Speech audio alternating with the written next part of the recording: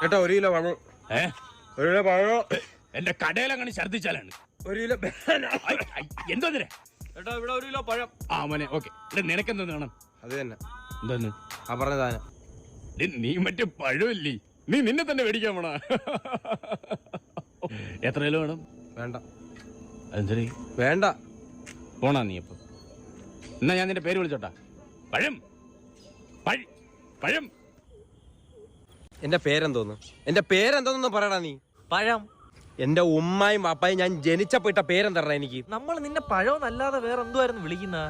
അജിനെ, എനിക്ക് ഈ പഴം എന്നുള്ള പേര് നീ മാറ്റി തരണം. നീ ഇട്ടതിന് ശേഷമാണ് ഈ നാട് മൊത്തം അറിഞ്ഞത്. നിന്റെ പേര് മാറ്റാൻ ഞാൻ ഒരു ഗസറ്റ് ഓഫീസറാ. നീ ഒരു കാര്യം ചെയ്യും, നിന്റെ ഒറിജിനൽ പേര് മാറ്റിട്ട് പഴം എന്നങ്ങാക്ക് ഗസറ്റിൽ കൊടുത്തിട്ട്. പഴം എന്നുള്ള പേര് എനിക്ക് മാറ്റി തരണം. ഹലോ മെമ്പർ, പഴം നീ കളിക്കാൻ പോയില്ലേ? മെമ്പറുടെ കാര്യം നോക്കുക. ആ മെമ്പറിന്റെ കാര്യം തന്നെ മെമ്പർ നോക്കുന്നത്. നിനക്ക് ഗ്രൗണ്ട് ഇല്ലെന്ന് പറഞ്ഞ് നീ പഞ്ചായത്തിന്റെ ഫ്രണ്ടിന്റെ തൊലി വിരിച്ചേർന്ന ആടിയല്ല. ഇപ്പൊ നിനക്ക് വേണ്ടേ കളിക്കണ്ടേ ഗ്രൗണ്ട് വന്നപ്പം? മെമ്പറെ പഴമെന്ന് വിളിക്കൽ നിർത്ത് മെമ്പറെ. പഴം മെമ്പറെ അവനെ പഴമെന്ന് വിളിക്കല്ലേ. പഴം എന്നല്ല, പിന്നെ പഴ തൊലി എന്ന് വിളിക്കുവനെ.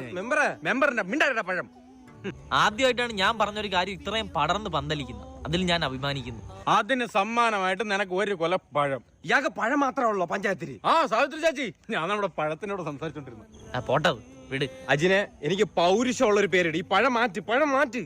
എടാ ഞാൻ വേണമെങ്കിൽ ഒരു കാര്യം കാണിച്ചാൽ നീ ഒന്ന് തിരിഞ്ഞു നിന്നാണ്.